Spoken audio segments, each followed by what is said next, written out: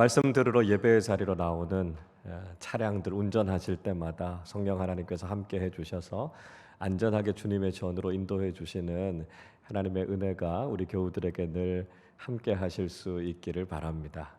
올 한 해도 강건하게 평안하게 예배당에서 또 각자의 삶의 자리에서 하나님 앞에 예배하고 말씀을 들을 때마다 우리 모두에게 풍성하게 임하시는 하나님의 은혜가 늘 함께 하시기를 주님의 이름으로 축복합니다. 자, 우리 지난주에 나눴던 말씀 한번 생각해 보겠습니다. 가룟 유다의 배반에 관한 이야기를 우리가 함께 나누었고요. 6월절을 준비하셨던 사건에 대해서 우리가 함께 나누었습니다. 가룟 유다의 배반을 통해서 우리가 어떤 것을 경계하고 주의해야 될 것인가 하는 것을 우리가 함께 나누었지요. 우리가 살아가는 세상 속에 예수님과 복음에 대해서 반대하는 사람들, 악한 사람들이 존재하고 있다 하는 것을 우리가 늘 경계해야 된다는 것이고요. 악한 사람들이 하는 일에 우리가 참여해서는 안 된다라고 하는 말씀을 같이 나눴죠. 가룟 유다가 왜 예수님 팔아 넘겼습니까? 물질에 대한 유혹이 주님을 향한 사랑보다 더 커졌을 때 결국은 가룟 유다가 주님을 배반하고 주님을 팔아버리고 말았죠. 세상의 가치를 하나님보다 더 사랑하게 될 때 우리도 이런 모습이 될 수 있다라고 하는 것을 주의해야 된다는 것이죠. 가룟 유다와 유대 종교 지도자들처럼 늘 사람들의 시선을 의식하고 사람들을 두려워하면서 살아갈 것이 아니라 불꽃 같은 눈동자로 지금도 우리의 삶을 지켜보고 계시는 하나님 앞에서 살아가는 인생이 되어야 한다 하는 말씀을 우리가 함께 나누었습니다. 예수님께서 제자들을 보내셔서 유월절을 준비시키셨죠. 유월절을 준비시키시는 그 사건을 통해서 우리를 위한 구원이 어떻게 준비되어졌는가 하는 것을 함께 생각해 보았습니다. 우리의 구원, 유월절 준비를 통해서 깨닫게 되는 것은 하나님의 어린 양이신 예수 그리스도의 희생의 죽음이 있었기 때문에 우리에게 구원이 주어지게 됐다라고 하는 것이죠. 고귀하신 하나님의 독생자 예수 그리스도께서 우리를 위해 아낌없이 피를 흘려주신 그 희생의 대가로 우리가 구원을 얻게 된 것이니까요. 그 구원의 가치, 그 구원의 소중함을 우리가 잊지 말아야 한다라고 하는 것이죠. 그리고 이 구원이 얼마나 오래전부터 얼마나 철저하게 준비되어진 구원이었습니까? 그래서 하나님의 구원의 계획은 결코 실패가 없다는 것이죠. 반드시 그 구원의 계획이 이루어지게 될 것을 믿고 그 구원의 약속을 붙잡고 살아야 합니다. 그 구원의 약속이 이루어지기 위해서 믿음으로 순종한 사람들이 있었고 믿음으로 헌신한 사람들이 있었던 것처럼 오늘날 우리의 삶의 자리도 우리의 가족들과 우리의 가까운 사람들의 구원의 사건을 위해서도 우리가 그렇게 순종하고 헌신하는 것이 필요하다 하는 말씀을 나눴죠. 하나님께서 우리에게 주신 구원의 약속 반드시 이루어진다는 것입니다. 그래서 아직 이루어지지 않은 구원의 약속 때문에 낙심할 것이 아니라 그 구원의 약속의 말씀을 굳게 붙잡고 하나님께서 속히 그 구원의 말씀, 약속을 이루어 주실 것을 믿음으로 간구하는 사람들이 되어야 한다 하는 말씀을 우리가 함께 나누었습니다. 자, 오늘은 예수님의 마지막 만찬과 관련되는 말씀을 같이 좀 나누려고 합니다. 마지막 만찬을 통해서 이것이 의미하고 상징하는 것이 무엇인가 하는 것을 우리가 먼저 좀 생각해 보겠고요. 또 우리가 늘 하고 있는 이 성만찬의 예전이 있죠. 이 성만찬의 예전이 과연 어떤 내용으로 또 어떤 의미가 있는지를 우리가 생각해 보면서 우리가 성찬에 참여하는 자들이 어떤 준비, 어떤 마음가짐을 가지고 또 어떤 은혜를 기대하면서 성찬 앞으로 나아가야 하는지에 대해서 말씀을 생각해 보도록 하겠습니다. 먼저 마지막 만찬이 보여지는 상징을 한번 보지요. 1번입니다. 마지막 만찬은 우리를 구원하시기 위한 예수님의 고난을 상징한다는 거죠. 마지막 만찬 속에 담겨져 있는 아주 중요한 키워드는 고난입니다. 고난. 우리를 위해서 당신 자신을 내어주신 예수님의 고난. 살이 찢기시고 피를 흘리신 예수님의 고난이 그 속에 담겨져 있다는 것이죠. 15절 읽어보겠습니다. 이르시되 내가 고난을 받기 전에 너희와 함께 이 유월절 먹기를 원하고 원하였노라. 예수님께서 이 유월절 만찬을 베푸신 것은 십자가에 달려서 죽으시기 전에 제자들에게 마지막으로 베푸신 만찬이었습니다. 그래서 이 유월절 잔치라고 하는 것은 예수님께서 앞으로 당하실 고난을 상징하고 있다라고 하는 것이죠. 예수님께서 이 유월절에 제자들과 함께 만찬을 나누셨다라고 하는 것, 이 유월절이라고 하는 절기 자체가 고난과 희생을 상징하고 있지 않습니까? 지난주에도 설명드렸습니다만 유월절 어린 양의 희생이 없이는 유월절 구원의 역사가 없었던 거죠. 어린 양이 대신 피 흘리지 않고는 구원받는 길이 없었습니다. 그래서 어린 양의 희생이 있었기 때문에 유월절이라고 하는 것이 있었던 것처럼 예수님께서 제자들에게 이 마지막 만찬을 베풀어 주시고 주님께서 십자가에 달려서 죽으셨기 때문에 제자들을 포함한 우리 모두가 구원받게 됐다는 것이죠. 그래서 주님의 고난과 주님의 희생을 기억하면서 주님께서 우리에게 베풀어 주신 은혜를 다시 한번 생각해야 된다라고 하는 것이죠. 히브리서 9장 22절이 이렇게 말씀합니다.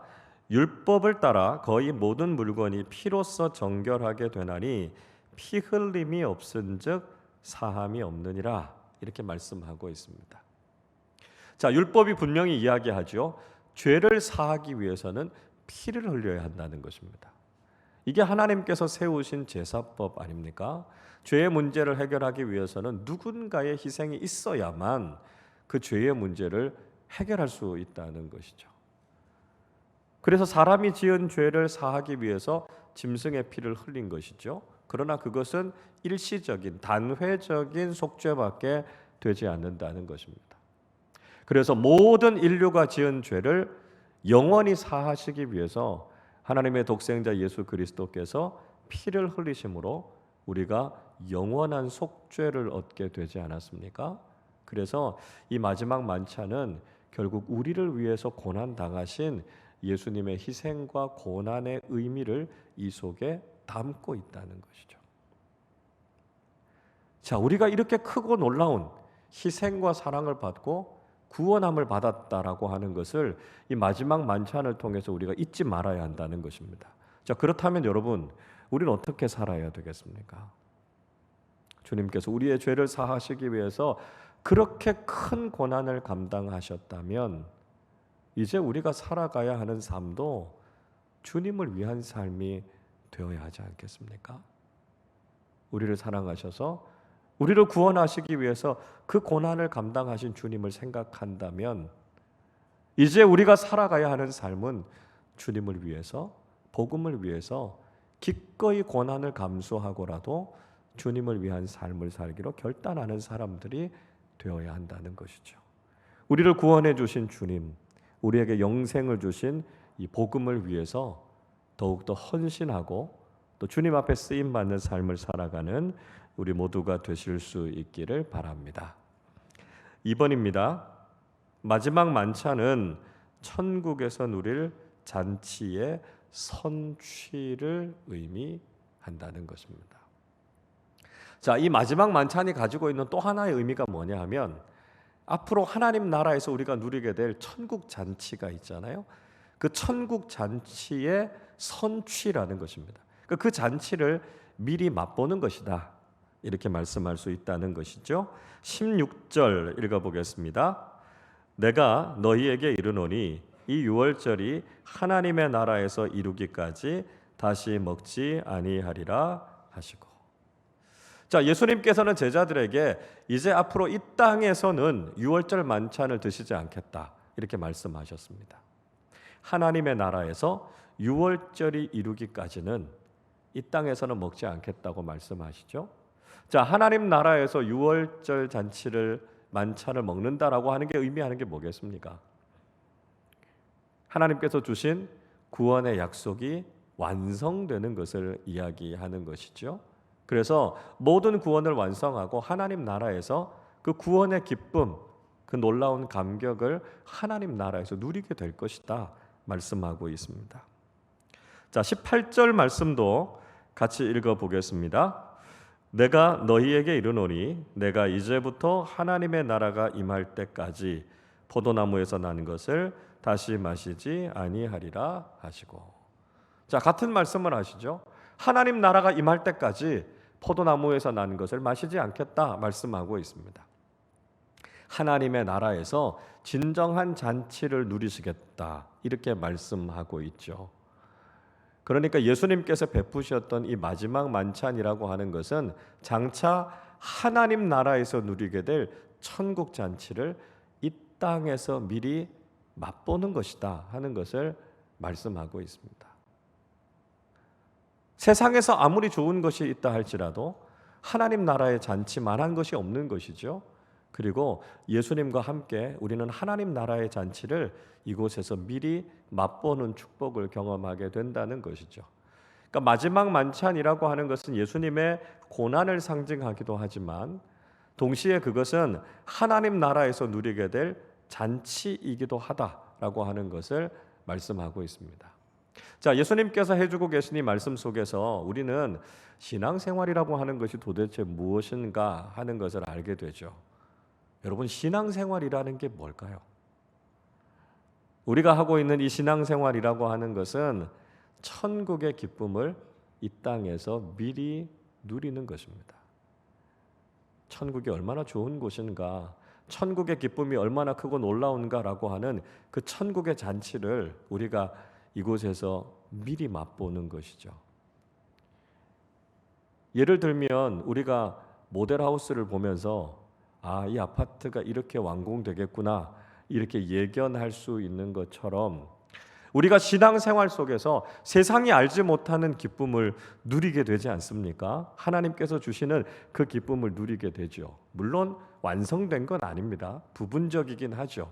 그러나 그걸 맛보면서 하나님 나라의 잔치가 이렇게 좋겠구나, 하나님 나라의 축복이 이렇게 귀한 것이구나 하는 것을 우리가 깨닫게 되는 것이죠.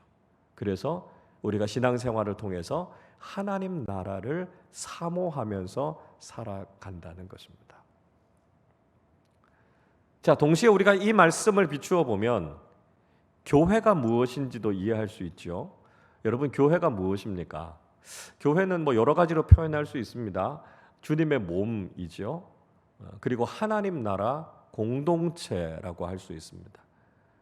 그러니까 하나님 나라의 모형이라고 할 수 있죠. 교회는 하나님 나라 그 자체는 아닙니다. 그러나 하나님 나라의 예표다 이렇게 말할 수 있죠. 하나님 나라의 모형이고요, 하나님 나라의 모델하우스라는 것입니다. 우리가 교회를 통해서 하나님 나라에서 누릴 수 있는 것들을 부분적으로 맛보게 되는 것이죠. 그리고 교회는 그런 천국의 기쁨을 맛보는 곳이기도 하고요, 또 천국의 거룩함을 부분적으로 가지고 있는 곳이기도 하다라고 하는 것입니다. 그러니까 우리가 바로 교회를 그런 모습으로 세워나가야 되고요, 주님께서 우리와 함께 하심으로 우리가 교회 속에서 하나님 나라를 미리 맛보게 된다라고 하는 것이죠. 그러니까 우리의 교회가 바로 그런 곳이 되어야 된다는 것입니다. 여러분, 우리가 교회를 정말 하나님 나라의 모습으로 아름답게 세워나가는 것이 참 중요하다라고 하는 것을 깨닫게 되죠. 물론 하나님께서, 성령님께서 우리와 함께 해주셔서 교회를 통해서 우리가 그런 기쁨과 놀라운 축복을 누리게 하실 것입니다. 교회에서 하는 신앙생활이 정말 큰 기쁨이 없다면, 하나님 나라의 모형이 되지 못한다면 우리가 교회를 통해서 하나님 나라를 사모할 수 있겠습니까? 그래서 우리가 믿음의 공동체인 이 교회가 정말 하나님 나라의 모델이 될 수 있도록 우리가 교회 안에서 정말 주님의 뜻과 은혜가 넘쳐나는 그런 믿음의 공동체를 함께 세워나가야 된다는 것입니다. 물론 우리가 교회에 머물러 있어서는 안 되죠. 교회에서 하나님 나라를 미리 맛보는 이유는 하나님 나라를 소망하면서 살아가기 위해서입니다. 그래서 이 땅을 살아가면서도 교회 공동체를 통해서, 신앙생활을 통해서 천국을 미리 맛보는 삶을 살아가고, 궁극적으로는 하나님 나라에 대한 분명한 소망을 가지고 살아야만 한다는 것이죠. 우리의 신앙생활이, 우리의 믿음의 공동체가 하나님 나라를 미리 맛보는 이 놀라운 축복을 날마다 누리실 수 있기를 바랍니다. 3번입니다. 마지막 만찬은 배반하는 자까지 포함하는 깊은 사랑을 보여준다는 것이죠. 자, 마지막 만찬을 통해서 발견하게 되는 사랑은 예수님을 배반하는 그 사람까지 함께 그 식탁으로 초대해 주시는 아주 깊은 사랑을 발견하게 됩니다. 21절 같이 읽어보겠습니다. 그러나 보라, 나를 파는 자의 손이 나와 함께 상 위에 있도다. 예수님께서는 유월절 만찬의 상 위에 예수님을 팔 자도 함께 있다, 이렇게 말씀하고 있습니다. 가룟 유다가 예수님을 배반하고 예수님을 팔게 될 것이다 라고 하는 것을 예수님께서도 다 알고 계셨습니다. 그럼에도 불구하고 가룟 유다를 그 식탁에 같이 초대하시고 함께 식사를 나누시는 예수님의 모습을 통해서 예수님의 사랑이 얼마나 넓은지, 예수님의 사랑이 얼마나 깊은지를 우리는 깨닫게 되죠. 여러분 어떠십니까? 우리 이렇게 할 수 있을까요? 우리를 미워하고 우리를 배반하는 사람들까지도 우리가 품으면서 그 사람들과 같이 식사의 교제를 나눌 수 있을까요? 이렇게 하기 참 어려울 것 같습니다. 오히려 그 사람의 얼굴을 보면 뭐 이렇게 멱살이라도 잡고 싶지 않겠어요? 당신이 어떻게 나한테 그럴 수 있느냐고 뭐라도 우리가 하고 싶지 않겠습니까? 그러나 예수님 모든 걸 다 알고 계셨지만 가룟 유다를 그 식사의 자리에 초대하시고 주님의 몸을 상징하는 떡을 떼어주시고 주님의 피를 상징하는 잔을 가룟 유다에게도 다 나눠주셨습니다. 마지막 만찬은 원수까지도 사랑하시는 주님의 사랑이 무엇인가라고 하는 것을 보여주신 아주 중요한 본보기라고 할 수 있죠. 마태복음 5장 44절에서 예수님께서 말씀하시지요. 나는 너희에게 이르노니 너희 원수를 사랑하며 너희를 박해하는 자를 위하여 기도하라. 예수님께서 산상수훈을 통해서 원수를 사랑하라고 말씀하셨어요. 미워하는 자를 선대하고 그들을 위해서 기도하라 말씀하셨습니다. 예수님의 가르침은 말씀으로 그치지 않았고요, 주님의 삶을 통해서 직접 본을 보여주셨습니다. 원수 사랑을 이렇게 하는 것이라고 예수님께서 가룟 유다를 사랑하시는 모습을 통해서 보여주셨습니다. 왜 가룟 유다에게 이렇게까지 사랑을 보여주셨을까요? 지금이라도 늦지 않았으니까 돌이키라는 것이죠. 주님께서 가룟 유다를 얼마나 사랑하시는지를 깨닫게 해주셔서 지금이라도 회개하고 돌이키기를 원하시는 겁니다. 유대 종교 지도자들과의 관계는 뭐죠? 거래하는 관계 아닙니까? 돈을 주고받으면서 예수님을 팔아넘기는 그런 거래하는 거짓된 관계, 세상적인 관계 속에 빠지지 말고요, 정말 가룟 유다를 사랑하시는 그 주님과의 사랑의 관계로 돌아오라 말씀하고 계시는 것이죠. 주님의 사랑이 그만큼 깊다는 것을 주님께서 보여주고 계신 것입니다. 가룟 유다에게만 이 사랑을 베풀어 주셨습니까? 우리에게도 그 사랑 보여주시지 않았습니까? 죄로 인해서 타락한 우리, 하나님과의 관계가 깨져서 하나님과 원수되었던 우리를 주님께서 찾아오셔서 그 크신 사랑으로 주님이 우리를 품어주시지 않았습니까? 우리가 주님의 그 사랑을 경험하고 회개하고 돌이켰기 때문에 우리가 하나님의 자녀가 됐고요, 하나님과의 관계를 회복하게 됐고 주님을 믿는 그리스도인이 되지 않았습니까? 우리가 그 놀라운 사랑을 이미 경험한 사람들입니다. 우리는 주님의 그 사랑을 알고 있는 사람들이죠. 그렇다면 이제 우리의 삶 속에서 그렇게 우리를 사랑해 주신 주님을 사랑하고 주님의 사랑에 필요한 많은 사람들에게 주님의 사랑을 전하는 사람들이 되실 수 있기를 바랍니다. 4번입니다. 마지막 만찬은 하나님께서 주신 사명을 향한 결단을 내포하는 한다는 것입니다. 자, 예수님께서 마지막 만찬을 베풀어 주셨다라고 하는 것은 사명을 끝까지 다하시겠다라고 하는 예수님의 결단을 보여주고 있다는 것이죠. 22절 읽어보겠습니다. 인자는 이미 작정된 대로 가거니와 그를 파는 그 사람에게는 화가 있으리로다 하시니. 자, 예수님께서는 당신에게 허락된 모든 것들을 그대로 다 받아들이셨습니다. 예수님께 놓여져 있었던 것, 이미 예정되어져 있었던 그 길을 예수님께서는 가시겠다 이렇게 말씀하셨습니다. 그래서 인자는 예정된 길을 걸어가겠지만 인자를 파는 자에게는 화가 있으리로다 말씀하시죠. 가룟 유다의 배반에 대해서 예수님께서 다시 한번 경고하고 계십니다. 다른 복음서를 읽어보면 차라리 그 사람은 태어나지 않았으면 좋았겠다 이렇게 말씀하고 계시죠. 예수님께서는 한결같이 그 사명의 길을 걸어가시겠다는 것입니다. 주님의 십자가 앞에서 사명의 길을 걸어가는 주님 앞에서 우리가 어떤 모습인가가 중요한 것이죠. 주님을 사랑하고 주님의 복음을 위해서 충성스럽게 일하는 일꾼이 될 수 있는가 하면 가룟 유다처럼 주님을 배반하고 주님을 떠나는 사람이 될 수도 있다는 것이죠. 십자가 앞에서 우리는 어떤 신앙인이 될 것인가, 어떤 모습으로 살아갈 것인가라고 하는 것은 고스란히 우리의 몫이라고 할 수 있습니다. 사명을 따라 걸어가시는 그 주님을 위해서 우리는 주님의 복음에 합당한 삶을 살아가는 참된 제자들이 되어야 한다는 것이죠. 예수님은 하나님께서 주신 사명에 순종하셨습니다. 그 길이 분명히 고난의 길이었지만 예수님께서는 결단하시고 끝까지 그 길을 걸어가셨습니다. 흔들림 없이 예수님께서 사명자의 길을 걸어가셨던 것처럼 오늘 믿음의 삶을 살아가는 우리도 역시 주님처럼 사명의 길을 걸어가는 사람들이 되어야 한다는 것이죠. 여러분, 사명자의 삶을 살아간다는 것은 결코 쉬운 길이 아닙니다. 사명의 길을 걸어갈 때 우리의 마음이 약해질 수도 있고요. 우리의 마음을 뒤흔드는 수도 없이 많은 유혹들과 세상의 여러 가지 환경들이 있을 수 있습니다.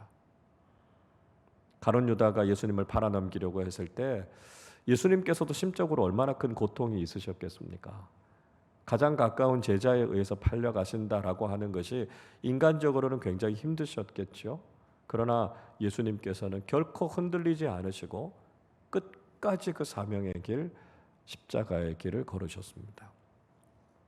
마찬가지로 우리도 사명자의 길을 걸어갈 때 우리의 마음을 흔들고 우리의 믿음을 뒤흔들 만한 많은 일들이 우리 주변에 있을 것입니다. 그러나 우리도 주님처럼 결코 흔들리지 않고 우리 앞에 놓여 있는 목표를 향해서 하나님께서 우리를 불러주신 그 사명을 향해서 순종하고 결단하며 믿음으로 걸어가는 우리 모두가 되실 수 있기를 바랍니다. 자, 계속해서 우리는 이제 성만찬의 예전에 대해서 좀 살펴보려고 합니다. 예수님께서 직접 세우신 예전이 두 가지가 있죠. 성례가 두 가지가 있는데 하나는 세례고요, 또 하나는 성찬입니다. 그래서 예수님께서 행하셨던 것을 우리가 반복해서 지키면서 행하고 있죠. 그래서 그것을 예전이라고 이야기합니다. 성만찬의 예전을 통해서 우리가 깨닫게 되는 것은 무엇인지, 자, 우리가 하고 있는 이 성찬을 통해서 우리는 과연 어떤 마음가짐을 가지고 어떻게 이 성찬에 참여해야 될 것인지를 함께 생각해 보겠습니다. 1번입니다. 성찬은 하나님을 향한 감사의 고백이다 하는 것입니다. 성찬의 중요한 의미는 감사라는 거죠. 감사. 17절 읽어보겠습니다. 이에 잔을 받으사 감사기도 하시고 이르시되 이것을 갖다가 너희끼리 나누라. 자, 누가복음에 나오는 성만찬의 내용은요, 특징이 있어요. 잔, 떡, 잔 이렇게 나옵니다. 다른 복음서는 떡이 나오고 잔이 나오고 끝나요. 근데 누가복음은 잔이 먼저 나오고 그 다음에 떡이 나오고 또 잔이 나옵니다. 일반적으로 유대인들이 먹었던 유월절 식사의 습관이 포도주 잔을 4번 드는 것으로 이루어져 있다고 그래요. 그래서 아마도 누가는 이 포도주 잔을 4번 드는 것 중에 2번을 인용한 것 같습니다. 뭐 학자들에 따라서는 그게 첫 번째 잔이다, 두 번째 잔이다 이렇게 이야기하기도 하지만 아무튼 유월절 식사 습관 자체가 여러 번 포도주 잔을 들었던 것을 생각해서 잔을 먼저 지금 이야기하고 있습니다. 자, 예수님께서 먼저 잔을 드시고 감사기도 하시고 제자들에게 나누어 주셨다 이렇게 말씀하고 있죠. 자, 떡도 마찬가지입니다. 19절 말씀 같이 읽어보겠습니다. 또 떡을 가져 감사기도 하시고 떼어 그들에게 주시며 이르시되 이것은 너희를 위하여 주는 내 몸이라 너희가 이를 행하여 나를 기념하라 하시고. 자, 떡을 떼어서 역시 감사기도 하시고 그들에게 나누어 주셨다 이렇게 말씀하고 있습니다. 성찬의 가장 중요한 의미는 감사입니다. 우리를 위해서 몸을 내어주시고 피를 다 흘려주신 하나님의 그 구원의 은혜, 예수 그리스도의 그 희생의 사랑에 대해서 감사할 것 말고는 없다는 거예요. 성찬은 오직 감사함으로 나아가는 것입니다. 아무 자격이 없는 우리에게 베풀어 주신 무조건적인 사랑과 은혜, 하나님을 등지고 떠났던 하나님의 사랑을 받을 자격이 없는 우리에게 베풀어 주시는 한량없는 사랑에 대해서 감사할 것 말고는 없다는 것이죠. 성찬 앞으로 나아갈 때 우리에게 바로 그런 감사가 있는지, 그런 감격이 있는지 우리 자신을 돌아보아야 한다는 것입니다. 우리가 그렇게 구원받았던 것을 생각하면 감사하지 않을 것이 없죠. 삶에 문제가 있고 인생의 고난이 있다 할지라도 내가 하나님 자녀 됐다라고 하는 것, 예수 그리스도께서 그 고귀한 보혈을 흘려주셔서 우리를 하나님 자녀 삼아주셨다라고 하는 것을 생각하기만 하면 감사하지 않을 수 없습니다라고 하는 고백이 우리에게 있어야 한다는 것이죠. 그래서 성찬 앞으로 나아갈 때마다 우리에게 베풀어 주신 그 놀라운 은혜와 사랑에 대해서 늘 감사하고 감격하는 믿음의 사람들이 되실 수 있기를 바랍니다. 2번입니다. 성찬은 믿음의 공동체가 사랑으로 나누는 교제다라고 하는 거죠. 성찬의 또 다른 의미는 뭐냐면 교제입니다. 교제, 사귐.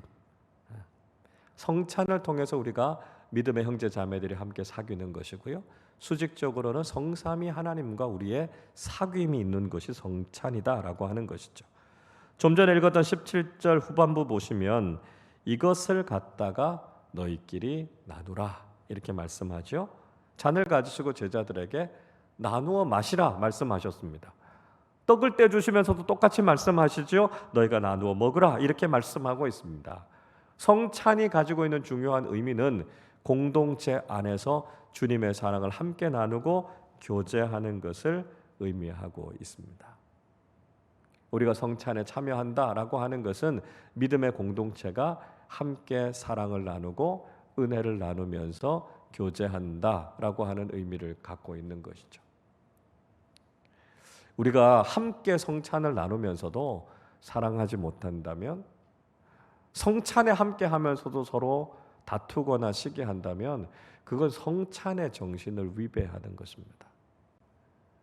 우리가 한 떡과 한 잔에 참여한다는 것은 우리가 주님 안에 하나 됐다는 것이고요.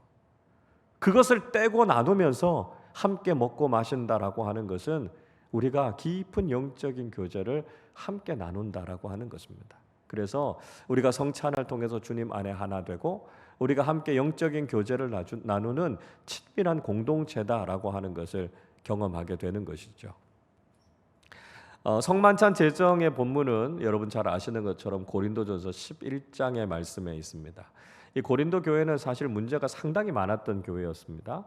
음행의 문제도 있었고요, 소송의 문제도 있었고, 분쟁의 문제도 있었고, 우상의 제물을 먹는 문제도 있었고, 부활 신앙에 대해서 논쟁도 했고, 수없이 많은 논쟁도 했는데 이 성찬과 관련되는 논쟁도 있었습니다. 그 이야기가 고린도전서 11장에 기록되어져 있죠. 그러니까 당시의 성찬은 예배를 드리면서 같이 식사를 나누었던 자리였습니다.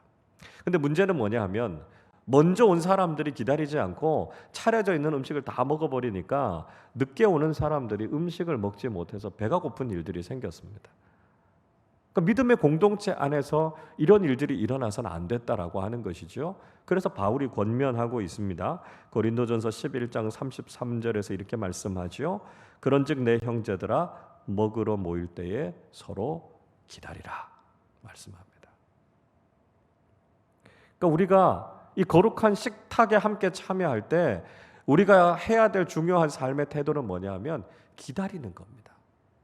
나만 생각하는 것이 아니고요. 다른 사람들을 돌아보고 함께 하는 것이죠. 믿음의 공동체가 함께 이 영적인 교제를 나누면서 친밀해지고 또 기쁨을 누리는 것입니다. 그래서 우리가 신앙생활을 할 때도 나 혼자만 은혜를 받고 나 혼자만 신앙생활 잘하는 것으로 안 된다는 거예요. 신앙생활은 그렇게 하는 게 아니라는 거죠. 그래서 기다릴 줄 알아야 되고요. 돌아볼 줄 알아야 되고요. 배려할 줄 알아야 우리가 좋은 신앙생활을 할 수 있다는 것입니다. 새가족들 신앙에 대해서 잘 모르죠. 근데 그거 보고 우리가 너무 쉽게 판단하거나 야단치거나 그러면 안 된다는 거예요. 기다려주는 거예요. 알아갈 때까지 기다려주고 도와주고 돌봐주고 배려해주는 거죠. 모르면 가르쳐주고 도와주는 거예요. 그래서 우리가 함께 갈 수 있도록 배려해주는 것이죠. 그래서 믿음의 공동체 안에서 우리가 서로를 돌아볼 줄 알고 우리가 함께 성숙한 그리스도의 몸으로서 영적인 교제를 나누면서 풍성한 주님의 은혜를 나누실 수 있기를 바랍니다. 3번입니다. 성찬은 예수님께서 주신 구원의 은혜에 대한 행함과 기억이다 하는 거죠.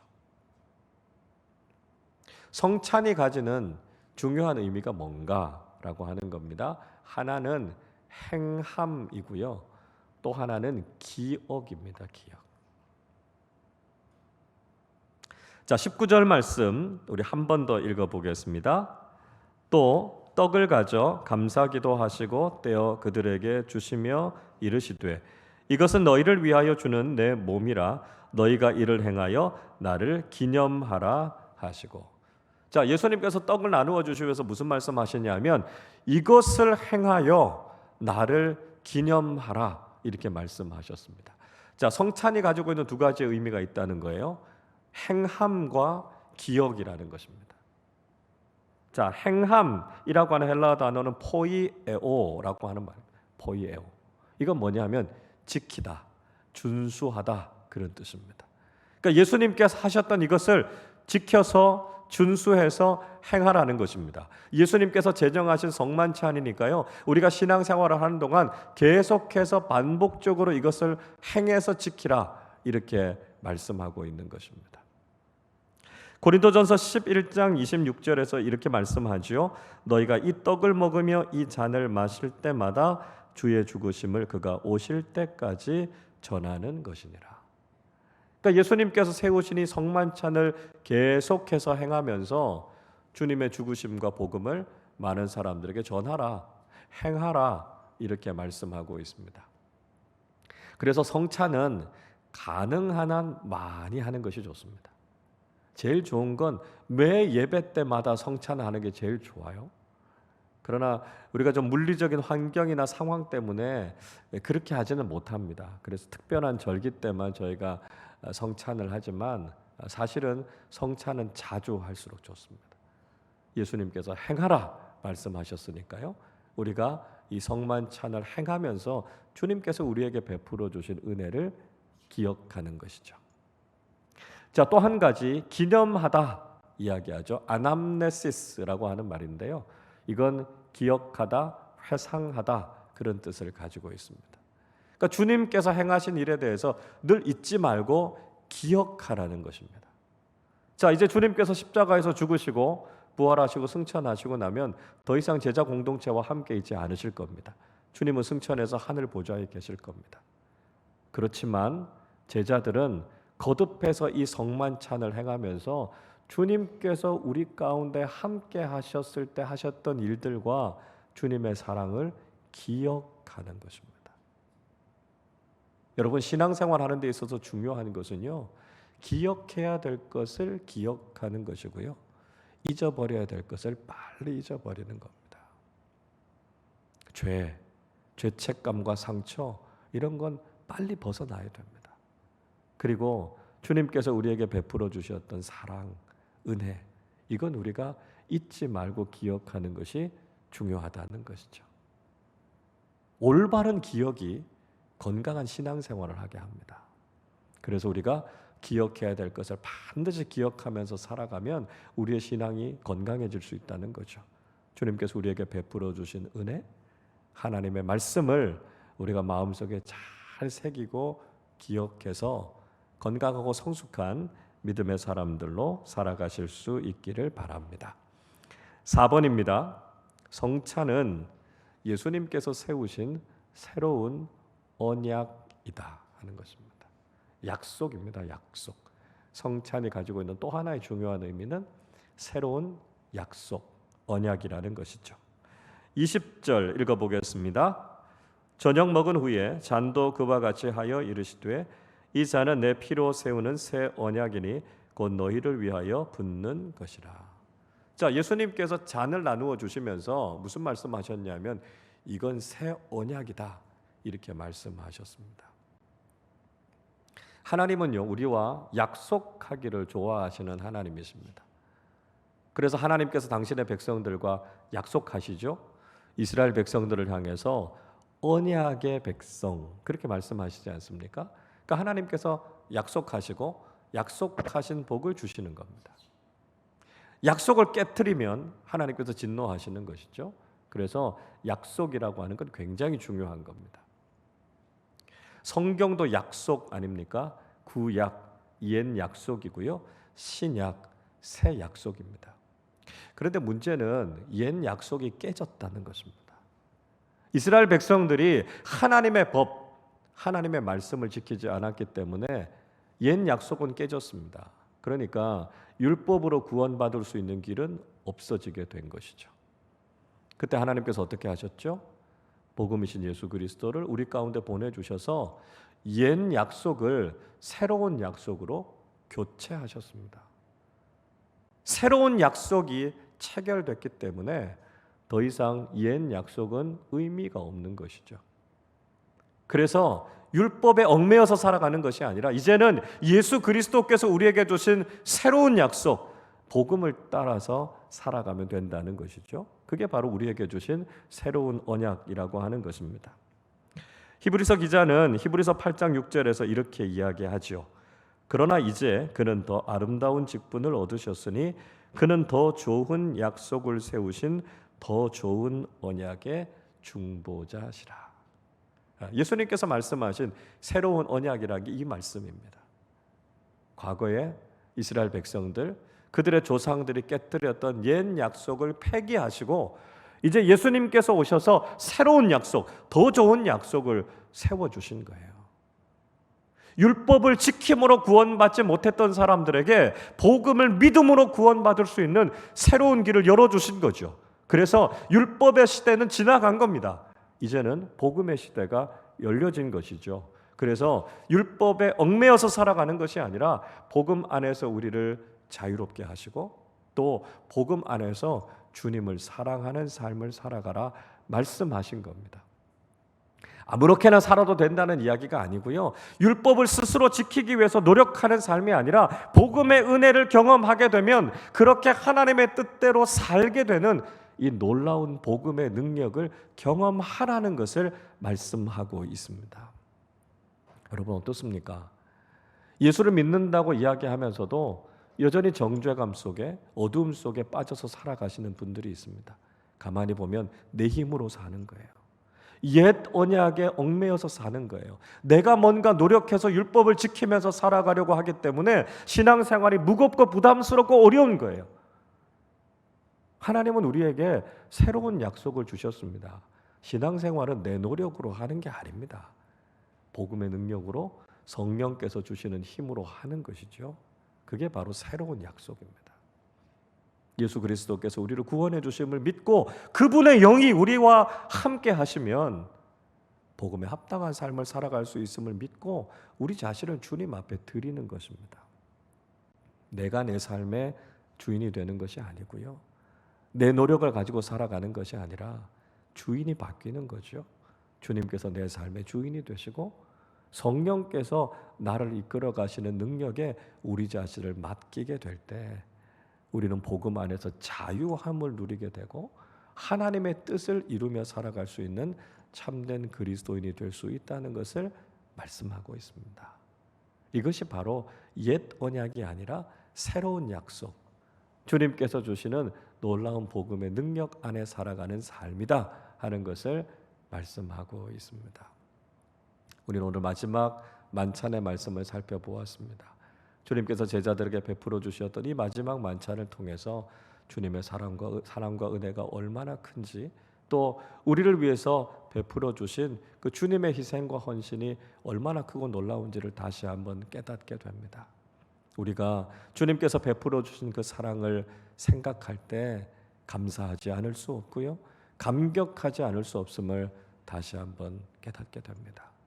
일평생 살아가는 동안 우리를 구원하시기 위해서 몸이 찢기시고 피를 흘리신 주님의 그 놀라운 은혜와 사랑을 다시 한번 기억하면서 복음의 능력으로 복음에 합당한 삶을 살아가는 우리 모두가 되시기를 주님의 이름으로 축원합니다.